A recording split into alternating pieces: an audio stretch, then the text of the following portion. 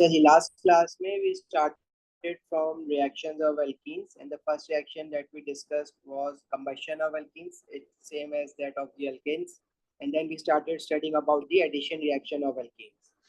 alkenes के जो addition reaction है उसमें क्या होता है कि जो कार्बन कार्बन डबल बॉन्ड है उसमें से एक बॉन्ड खत्म हो जाता है, डबल बॉन्ड कन्वर्ट हो जाता है सिंगल बॉन्ड में, and the two double bonded carbon atom has one valency free. So जो भी आप ऐड करवा रहे हो उसमें, लेट्स अगर हाइड्रोजन गैस ऐड करवा रहे हो तो hydrogen molecule will break down and one hydrogen atom will get attached to one carbon atom and the hydrogen will get attached to the other carbon atom. So that's what addition is, right? For hydrogenation you need nickel as a catalyst and you have to heat it as well. ऐसे ही था. Then we studied second addition reaction जिसमें हमने देखा था addition of bromine या bromination of alkene, जिसमें हम लोग ब्रोमीन मॉलिक्यूल को ऐड करवाते हैं तो डबल बॉन्ड खत्म होगा and each carbon atom will add one bromine atom, ये ब्रोमो एल्केन बन जाता है. और इस रिएक्शन को हमने as a test for alkenes भी देखा था. देन हमने इसके कुछ क्वेश्चंस करे थे. हमने देखा था ब्रोमीन जब ऐड होता है तो वो जो एडजेसेंट कार्बन है उन्हीं के बीच में डबल बॉन्ड होगा, तो जो ब्रोमीन ऐड हो रहा है वो एडजेसेंट कार्बन पे ही ऐड होगा, एक कार्बन छोड़ के दूसरे कार्बन पे ब्रोमीन नहीं आ सकता. Then we studied about the addition of hydrogen chloride to alkenes and hydrogen bromide to alkenes. So इसमें one of the carbon atom will get hydrogen atom and the other double bonded carbon will get chlorine atom, right? फिर हमने यही reaction propene में जब देखा था तो propene में we found out के for example if hydrogen gets attached to first double bonded carbon atom and the bromine gets attached to second double bonded carbon atom, तो एक possibility तो उसमें हो सकती है, but there is another possibility where bromine atom will get attached to the first double bonded carbon atom and the hydrogen gets attached to the second double bonded carbon atom. So these two products are considered to be different products because these are isomers of each other. ठीक है, तो ये वाली बात हमने देखी थी. अब हमारे पास एडिशन रिएक्शन में जो last type of addition reaction है वो है एडिशन ऑफ स्टीम या एडिशन ऑफ, जिसको हम एडिशन ऑफ वाटर भी कहते हैं या एडिशन ऑफ स्टीम भी कहते हैं.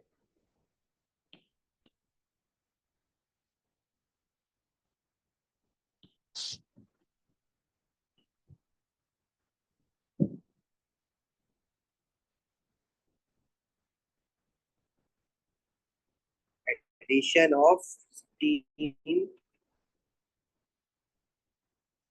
to alkenes. This reaction is also known as hydration of alkenes.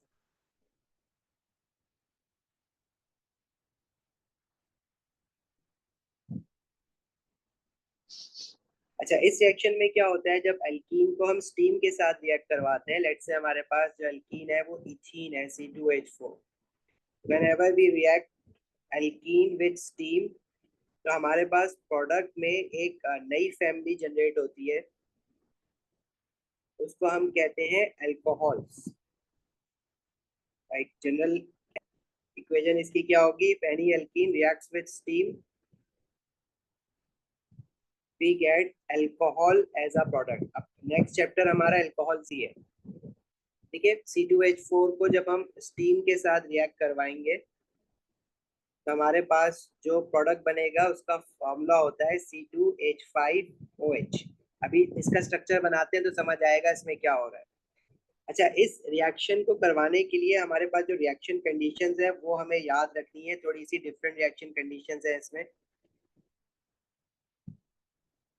So in order to undergo this reaction we need to heat it, और हीटिंग टेम्परेचर हमारे पास होना चाहिए अराउंड 300 डिग्री सेल्सियस. प्रेशर भी apply करते हैं इस रिएक्शन को करवाने के लिए और प्रेशर होता है 60 atmosphere. 60 atmosphere is equals to 6000 kilopascals.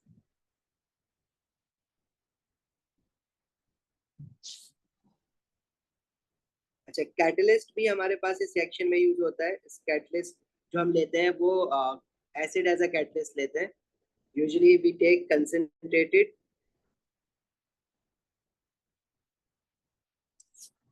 phosphoric acid as a catalyst. अगर आप सिर्फ एसिड लिख दोगे, एसिड एज अ कैटलिस्ट, तो वो भी एक्सेप्टेबल है। ठीक है, और you can just right acid catalyst.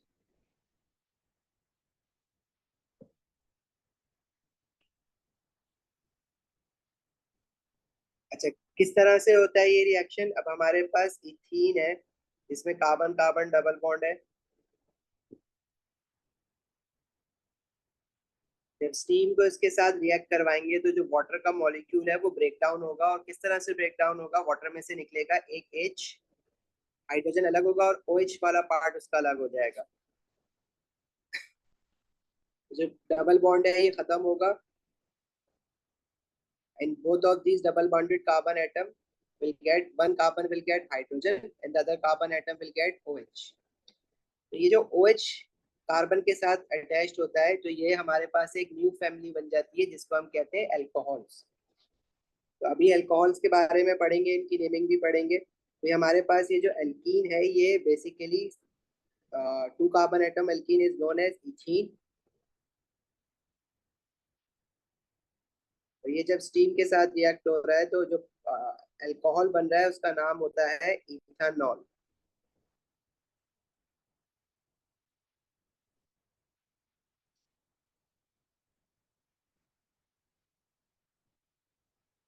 ठीक है भाई, लिखिए यहाँ तक।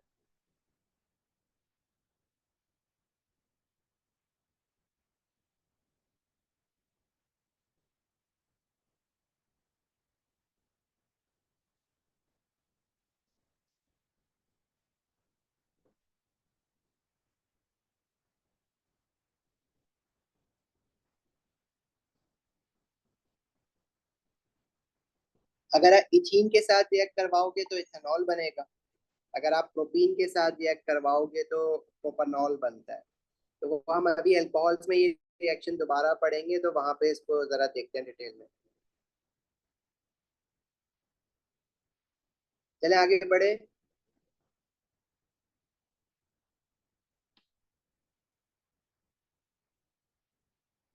ये रिएक्शन मैं अभी दोबारा पढ़ाता हूँ अल्कोहल्स में, तो वहां पर हम इसको देखते हैं, और ये क्वेश्चन भी है इसके साथ, वो भी करेंगे वहां पे।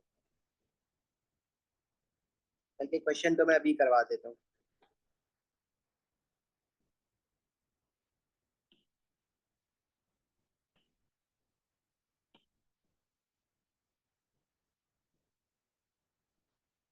अच्छा, इस क्वेश्चन में ही is saying which row is correct for the reaction of alkene with steam and a catalyst. अच्छा, इसमें जो हमारे पास फर्स्ट एल्कीन दिया हुआ है, इसमें फर्स्ट कार्बन पे 3 हाइड्रोजन है, in second carbon as a double bond, और उस पे एक हाइड्रोजन है, और लास्ट वाले कार्बन पे 2 हाइड्रोजन है।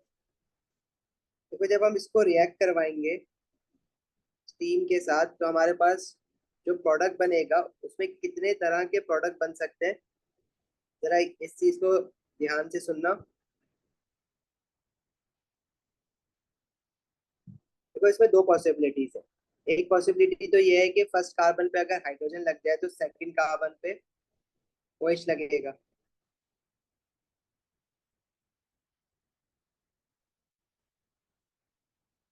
अच्छा, इस तरह से भी तो हो सकता है कि फर्स्ट डबल बॉन्डेड कार्बन पे OH लगे और सेकंड डबल बॉन्डेड कार्बन पे हाइड्रोजन लगे। तो ये जो दो अल्कोहल बने ना, ये डिफरेंट अल्कोहल्स है, क्योंकि अगर आप पहले वाले को फ्लिप करोगे तो सेकंड वाला तो नहीं बनेगा। It means these two are isomers of each other. इनका स्ट्रक्चर फॉर्मूला अगर हम लिखें ना, तो फर्स्ट वाले का स्ट्रक्चर फॉर्मूला हम यूं लिखेंगे CH3, सेकंड कार्बन पे 2 हाइड्रोजन है CH2, थर्ड कार्बन पे वी हैव 2 हाइड्रोजन 1 OH। और जो नीचे वाला स्ट्रक्चर है उसका स्ट्रक्चर फॉर्मूला हम इस तरह से लिखेंगे CH3, सेकंड कार्बन पे CH। अच्छा, सेकंड कार्बन पे हमारा OH भी लगा हुआ है, तो OH को ब्रांच में लगा हुआ है, तो उसको हम ब्रैकेट में ऐसे लिखते हैं दिखाने के लिए कि ब्रांच में लगा हुआ है, एंड देन CH3। अब इन्होंने ऑप्शन ए में हमें जो प्रोडक्ट दिया हुआ है वो एक ही प्रोडक्ट दिया हुआ है, और उसके साथ लिखा हुआ है ओनली। तो क्या ये बात सही लिखी हुई है? क्या सिर्फ एक ही प्रोडक्ट बन रहा है? दो प्रोडक्ट बन रहे हैं ना। तो ये जो वर्ड ओनली लिखा हुआ है इन्होंने, ये गलत लिखा हुआ है, because there is not only one product, there are two types of product. तो ये ओनली गलत लिखा हुआ है, जिस वजह से ये ऑप्शन ए गलत हो जाएगा। इसी तरह अगर आप ऑप्शन बी को चेक करो तो उसमें हमारे पास ये लिखा हुआ है CH3 CH2 CH carbon carbon double bond and CH2।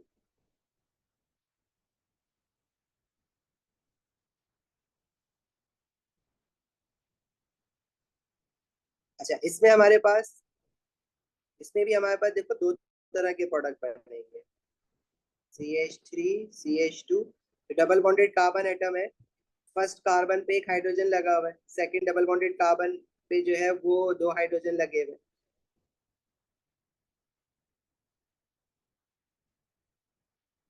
अब होगा क्या, जब ये रिएक्शन होगा तो जो कार्बन कार्बन डबल बॉन्ड है वो खत्म होंगे ना। जब कार्बन कार्बन डबल बॉन्ड खत्म होंगे तो इनमें से किसी एक कार्बन पे हाइड्रोजन लगेगा और दूसरे कार्बन पे OH लगेगा, और वाइस वर्सा।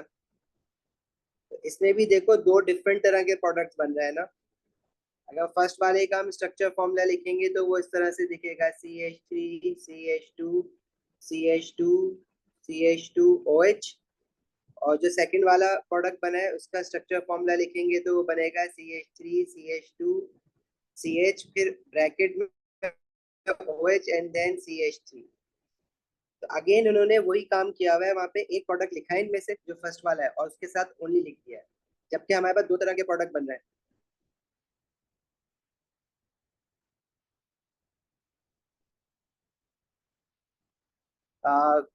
अभी कौन से वाले का पूछ रहे हो, ए का या बी का?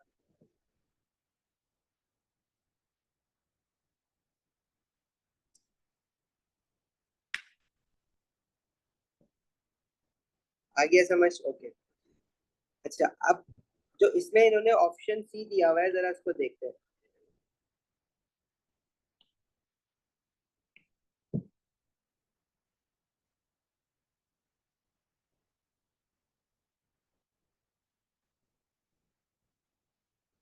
देखो ऑप्शन सी में जो हमारा रिएक्टेंट है वो ये है CH3 CH एल्कीन टू है।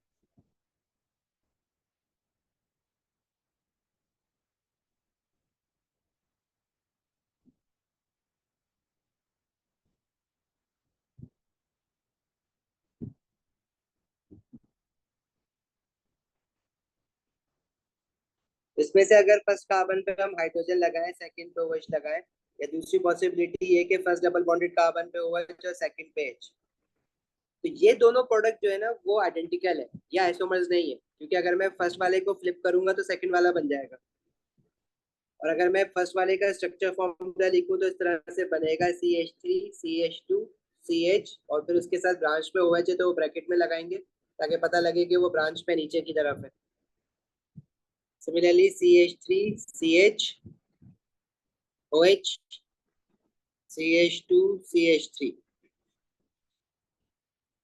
अब अगर मैं फर्स्ट वाला स्ट्रक्चर देखूं तो इसमें देखो वन टू थर्ड कार्बन पे OH आया हुआ है। और इसी तरह से अगर हम क्या कहते हैं सेकंड स्ट्रक्चर को देखें तो इसमें हमारे पास, अच्छा अब इसको ना इस तरह से देखो कि अगर आप फर्स्ट वाले स्ट्रक्चर को राइट टू लेफ्ट देखोगे तो first carbon CH3, second carbon CH जिस पे OH है। और नीचे वाले स्ट्रक्चर को अगर आप लेफ्ट टू राइट देखोगे तो इसमें भी सेकंड कार्बन पे ही OH आ रहा है। तो ये हमारे पास बेसिकली दोनों एक ही प्रोडक्ट है ना। अगर मैं फर्स्ट वाले को फ्लिप करके रखूं तो मेरे पास नीचे वाला स्ट्रक्चर बन जाएगा। इसमें भी देखो सेकंड कार्बन पे OH आ रहा है, नीचे वाले में भी देखो सेकंड कार्बन पे OH आ रहा है। इट मीन्स के ये दोनों एक ही प्रोडक्ट है, तो इनके साथ अगर ओनली लिखते हैं तो ये बात सही है। नहीं हसन, ये आइसोमर्स नहीं है। देखो इनकी नंबरिंग करके देख लो, नंबरिंग ऐसे करो कि OH छोटे नंबर पे लाए करे, तो मैं पहले वाले की राइट टू लेफ्ट नंबरिंग करूंगा, सेकंड कार्बन पे OH आएगा। और दूसरे वाले की लेफ्ट टू राइट नंबरिंग करूंगा, इसमें भी सेकंड कार्बन पे OH आएगा। तो ये दोनों आइडेंटिकल मॉलिक्यूल्स हैं। आप पहले वाले को फ्लिप करके रखो, सेकंड वाला स्ट्रक्चर बन जाएगा। फ्लिप करना समझते हो ना, पलट के रख दो उसको।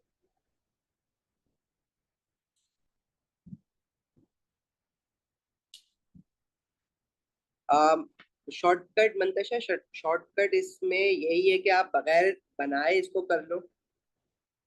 ठीक है, ये तो मैं आपको समझाने के लिए बता रहा हूँ, अदरवाइज आप तो यहाँ पे देखो जब कोई मॉलिक्यूल सिमेट्रिकल होगा ना, सिमेट्री समझते हो कि अगर मैं उसको बीच से डबल बॉन्ड जहाँ पे लग रहा है वहां से उसकी लेफ्ट वाली चीज देखूं और राइट वाली चीज देखूं तो वो आइडेंटिकल है ना, मिरर इमेज है एक दूसरे का। तो अगर आप इसमें पहले इस कार्बन पे H लगाओ और इधर OH लगाओ, या फिर आप उसमें इनवर्स उल्टा कर दो कि पहले वाले कार्बन पे OH लगा दो, दूसरे वाले डबल बॉन्डेड कार्बन पे H लगा दो, तो वो सेम ही चीज बनेगी। तो मतलब वो एक ही तरह का प्रोडक्ट बनेगा। तो आप बनाए बगैर ये डी डी जो है इसमें अगर आप ये सब ना बनाओ, ऑप्शन डी को सिर्फ देखो, इसमें दो CH3 लगे हुए हैं ब्रैकेट में, तो ब्रैकेट में दो CH3 का मतलब है कि एक ही कार्बन पे दो CH3 लगे हुए हैं, फिर डबल बॉन्ड है एंड देन CH2।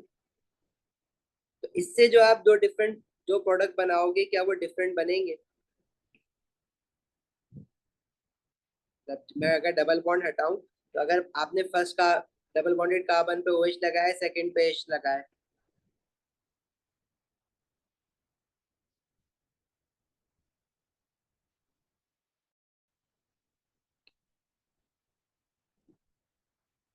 तो ये देखो ये दो डिफरेंट प्रोडक्ट्स हैं।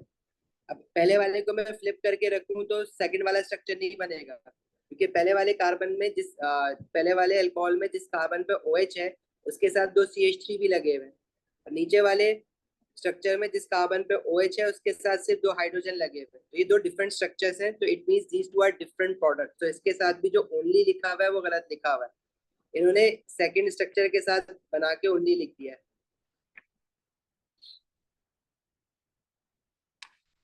क्लियर है?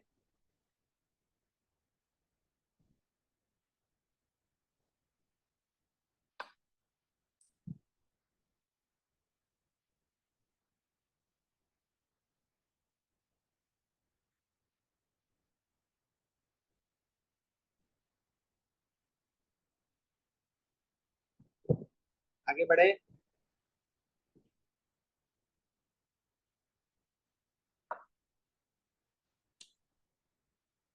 तो हमारा राइट आंसर जो है वो सी है इसमें।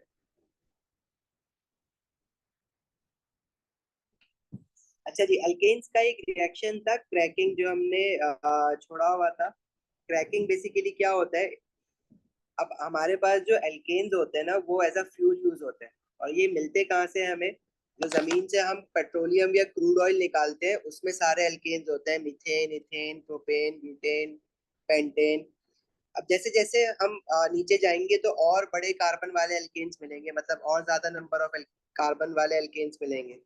कुछ एल्केन्स जो होते हैं उनकी बहुत ज्यादा लंबी हाइड्रोकार्बन चेन होती है और वो इतने यूजफुल नहीं होते। तो हम क्या करते हैं, उनको ब्रेक डाउन करके, लॉन्ग कार्बन चेन है उसको ब्रेक डाउन करके छोटे छोटे एल्केन बना लेते हैं जो ज्यादा डिमांड में होते हैं हमारे पास। तो उस प्रोसेस को हम कहते हैं क्रैकिंग। तो cracking is the break down of larger alkane molecules into smaller and more useful alkane molecules. इसको मैं लिख देता हूँ क्रैकिंग की definition. Cracking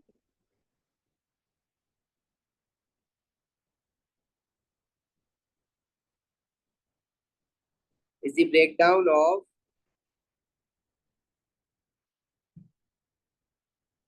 larger alkane molecules into smaller and more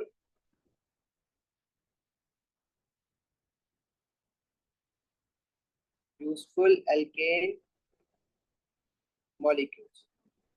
जैसे यहाँ पे हमारे पास 15 कार्बन एटम वाला एल्केन गिवन है। अब 15 कार्बन एटम वाले एल्केन का ना हमारे पास कोई ज्यादा यूज नहीं है, तो हम क्या करते हैं, इसको क्रैक करके स्मॉलर एल्केन मॉलिक्यूल्स बना लेते हैं। जब एल्केन को क्रैक करते हैं ना तो स्मॉलर एल्केन्स भी बन सकते हैं और स्मॉलर एल्कीन्स भी बन सकते हैं, और साथ में हाइड्रोजन गैस भी बन सकती है। जैसे इस पर्टिकुलर एल्केन में जिसमें 15 कार्बन एटम्स है, इसको जब हमने क्रैक किया है तो राइट हैंड साइड पे इथीन के मॉलिक्यूल्स बन रहे हैं, प्रोपीन बन रहा है और साथ में ऑक्टेन बन रहा है। दो एल्कीन बन रहा है और एक एल्केन बन रहा है। लेकिन जितने number of carbon atoms left hand side पर है उतने ही नंबर ऑफ कार्बन एटम्स देखो राइट हैंड साइड पर भी है। इथीन के 2 मोल्स हैं तो टोटल 4 कार्बन एटम्स, प्रोपीन के 3 कार्बन और ऑक्टेन के 8 कार्बन। टोटल कितने कार्बन हो गए? 15। Similarly hydrogen left hand side पे 32 है, तो राइट हैंड साइड पे हाइड्रोजन भी 32 ही होता है। इथीन के साथ 4 2 8 हाइड्रोजन है, प्रोपीन के साथ 6 हाइड्रोजन है, और ऑक्टेन के साथ 18 हाइड्रोजन है। तो टोटल कितने हाइड्रोजन हो रहे हैं? 32। तो ये जरूरी है इसमें। क्रैकिंग हम करते कैसे हैं? क्रैकिंग करने के लिए हम हीटिंग करते हैं इन दी एब्सेंस ऑफ ऑक्सीजन। देखो, अगर मैं ऑक्सीजन के साथ हीट करूंगा ना, तो क्या होगा, एल्केन्स जो है उनकी कंबशन हो जाएगी। हमें यहाँ पे कंबशन नहीं करनी है, जलाना नहीं है एल्केन्स को, वरना वो तो फिर कार्बन डाइऑक्साइड और वाटर बन जाएगा, खत्म हो जाएगा एल्केन। हमें क्या करना है, उसको ब्रेक डाउन करना है, क्रैक करना है। तो क्रैकिंग के लिए हम लोग एब्सेंस ऑफ ऑक्सीजन में उसको हीट करेंगे, ऑक्सीजन नहीं होनी चाहिए। और क्रैकिंग करने के लिए हम लोग जो कैटलिस्ट यूज करते हैं, वो दो तरह के कैटलिस्ट होते हैं, सिलिकॉन डाइऑक्साइड जिसको हम सिलिका भी कहते हैं, और एल्यूमिनियम ऑक्साइड। ठीक है, एल्यूमिनियम ऑक्साइड को अक्सर एल्यूमिनिया भी कहा जाता है।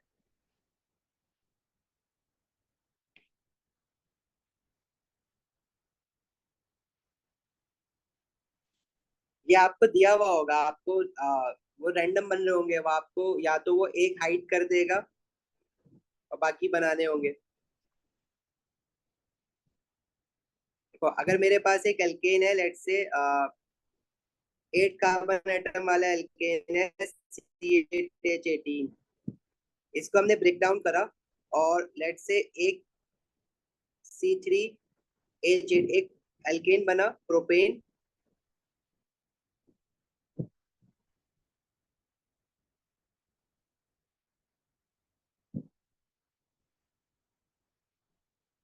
और लेट्स से एक बना हमारे पास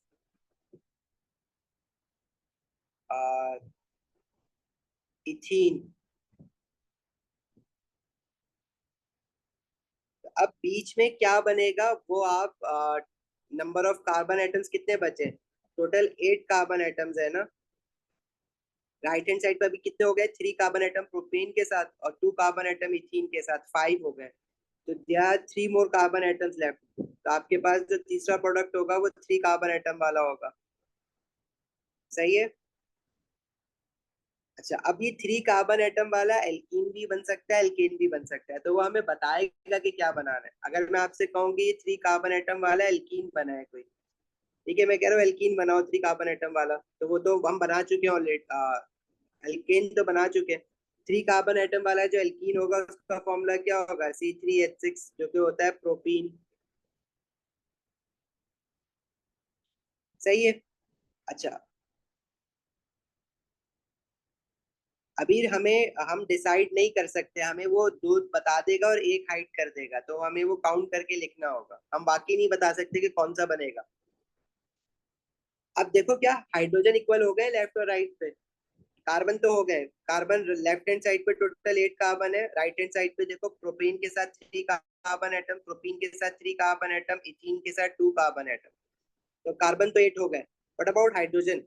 प्रोपेन के साथ we have 8 hydrogen atoms, propene के साथ वी हैव 6 हाइड्रोजन एटम्स, और इथीन के साथ we have 4 hydrogen atoms.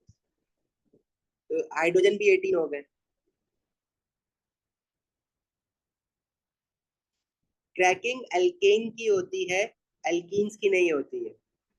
Alkenes की क्रैकिंग नहीं होती है, ये क्रैकिंग सिर्फ एल्केन्स की होती है। लेकिन जब हम एल्केन को क्रैक करते हैं तो उसमें एल्कीन्स भी बन सकते हैं।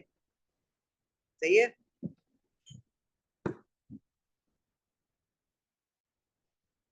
इसी तरह देखो, क्रैकिंग जब हम करते हैं तो हाइड्रोजन गैस भी बनती है। जैसे अगर मैं आपसे कहूँ, हमारे पास ये एल्कीन है C5H12 पेंटेन। इसको हम हीट कर रहे हैं, इसको क्रैक कर रहे हैं। जब हम इसको क्रैक कर रहे हैं तो मैं खुद बता रहा हूँ कि इसमें एक 3 कार्बन एटम वाला एल्कीन बन रहा है, और एक 2 कार्बन एटम वाला एल्कीन बन रहा है। तो कार्बन कितने हो गए लेफ्ट हैंड साइड पे? 5, राइट हैंड साइड पे कार्बन 3 कार्बन, प्रोपीन के साथ 2 कार्बन, इथीन के साथ 5 carbon. What about hydrogen? Hydrogen propene के साथ 6 है और इथीन के साथ 4 है, तो हाइड्रोजन हो रहे हैं 10। 2 हाइड्रोजन कम है, कार्बन पूरे हो गए। तो अब वो जो 2 हाइड्रोजन है वो in the form of hydrogen gas निकलेगा। आपको याद है कि हमने क्या कहते हैं, जब वो पढ़ रहे थे हेबर प्रोसेस, तो हेबर प्रोसेस में हमने कहा था कि दो गैसेस रिएक्ट करके अमोनिया बनाती है, नाइट्रोजन और हाइड्रोजन। नाइट्रोजन गैस जो आती है हमारी, वो मिलती है हमें फ्रैक्शनल डिस्टिलेशन ऑफ एयर से,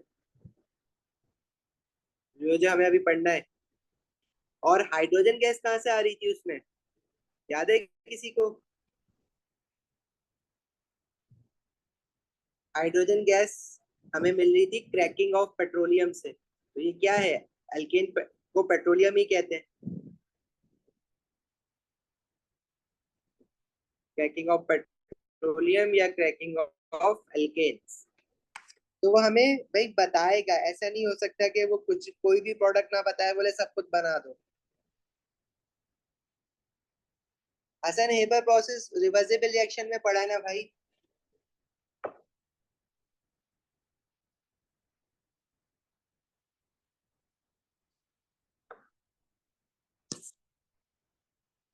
याद आया या मैं याद दिलाऊं आगे तुम्हें? ऐसा नहीं करो भाई, रिवाइज करो चीजों को, एक महीना रह गया एग्जाम में। अच्छा देखो, हमारे पास ये क्वेश्चन है, इसमें we have to find octane can be cracked into simpler hydrocarbons such as the reaction with below suggests the possible identity of product X। तब इसमें देखो हमें दो प्रोडक्ट दिए हुए हैं, एक इथीन दिया हुआ है और एक इथेन दिया हुआ है। वो कह रहा है कि एक्स बताओ क्या होगा। अब लेफ्ट हैंड साइड पे टोटल कार्बन हमारे पास 8 है, राइट हैंड साइड पे कार्बन कितने हैं? इथीन में वी हैव 2 कार्बन एटम्स और मीथेन में we have 1 carbon atom. Total कितने कार्बन हो गए? 3 कार्बन एटम्स। 8 में से 3 कार्बन एटम्स तो अभी लग चुके हैं, तो एक्स जो कम मॉलिक्यूल होगा उसमें कितने कार्बन एटम बचेंगे फिर?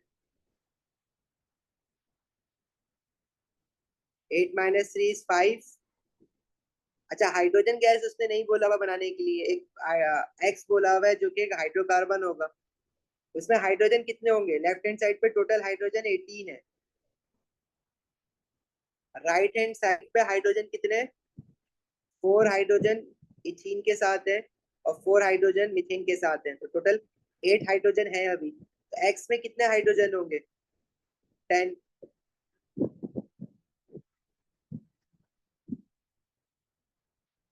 तो ये किस चीज का फॉर्मूला बन गया? C5H10 is pentene. Product x है वो क्या होगा? पेंटीन।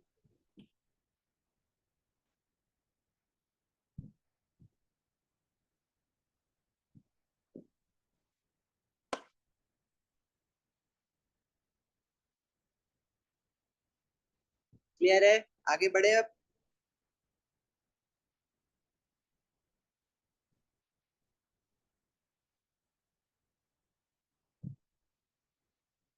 जी बेटा, पॉलीएस्टर सिलेबस में है, पॉलीमराइजेशन में पढ़ेंगे मैक्रोमोलेक्यूल में।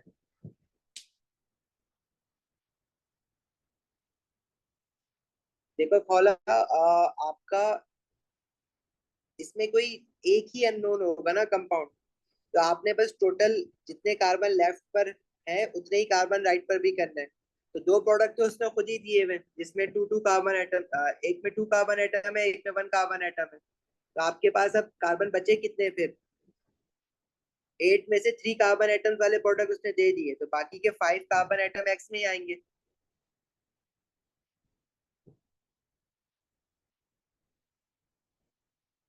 ठीक है, चले आगे।